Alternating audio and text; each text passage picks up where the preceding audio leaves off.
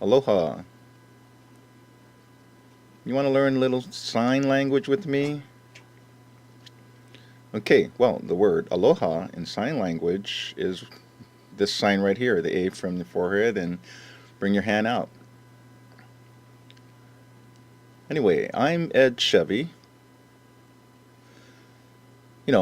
Chevy is a car. I'm a car guy. I love Chevys.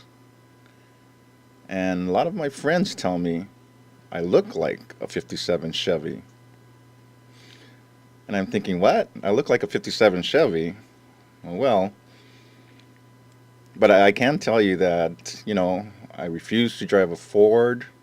I don't own a Japanese car. I don't own a European car. I don't own a Dodge. I will only drive a Chevy. Music, I started getting interested in, but music really isn't part of deaf culture. It's just, it's just not. It's not part of deaf culture. But anyway, I used to go to deaf club. Ever since I was little, I would go to the deaf club, and there were a lot of deaf actors and performers, and that started getting me thinking. I enjoyed theater, but anyway, one day I got my hearing aid, and I could hear music.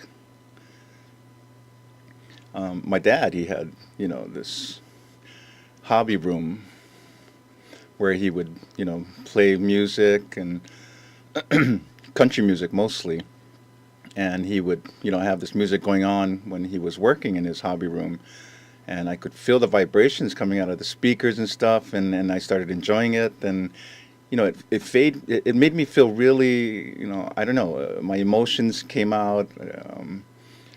I started feeling like I could enjoy music, and one day my friend came up to me and said, why don't you go to a rock concert? And I'm thinking, rock concert, what's that? He said, well, there's crowds and there's rock music and all those kinds of things. And so I said, okay. And so we went to the Who concert.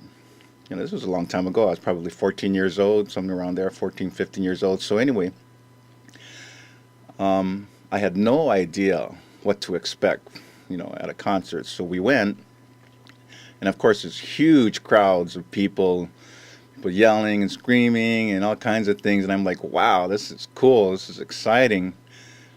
The band was setting up. The stage was amazing, lights, and it was huge. And they had all these instruments and all kinds of things. And I was wondering, what is this going to be like?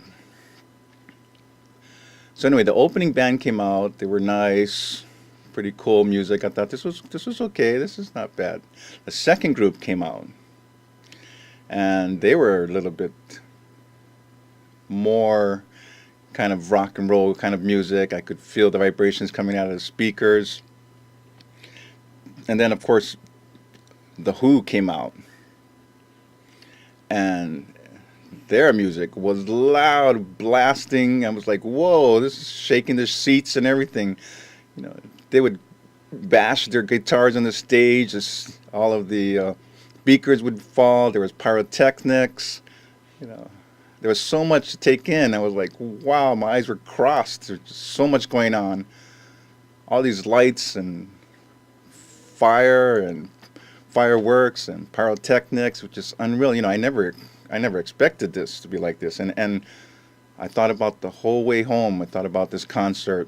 I was just blown away. It was just the first time I've ever experienced something like this. I couldn't sleep, I laid awake in bed thinking about the concert. The next morning I got up and I thought, you know what? That's it. I want to be a rock star. That's what I'm going to do. And I told Dad, I want to be a rock star. And he was like, huh? You want to be a rock star? I was like, yeah, yeah. My friend who can play guitar, I thought, the both of us could start our band, the very first deaf band. And we needed to look for a drummer, right? So we got this other deaf guy who was a drummer. And we would just kind of play around, kind of jam. We'd just make up our own music. And the first thing we wanted to work on was like rhythm and beat and timing. And really, at that time we really didn't understand music. It was just noise. We were just making noise for a while. But later, when I entered Gallaudet University, oh, that was a good time in my life, and we met this really good drummer.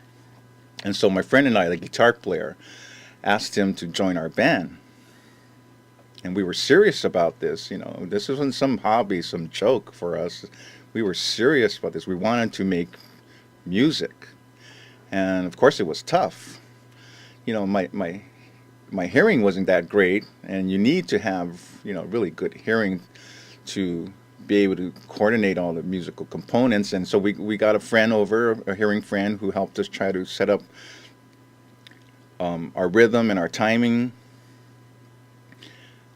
And being a deaf band, it was really tough to get into the music industry. We had to practice and practice and practice a lot.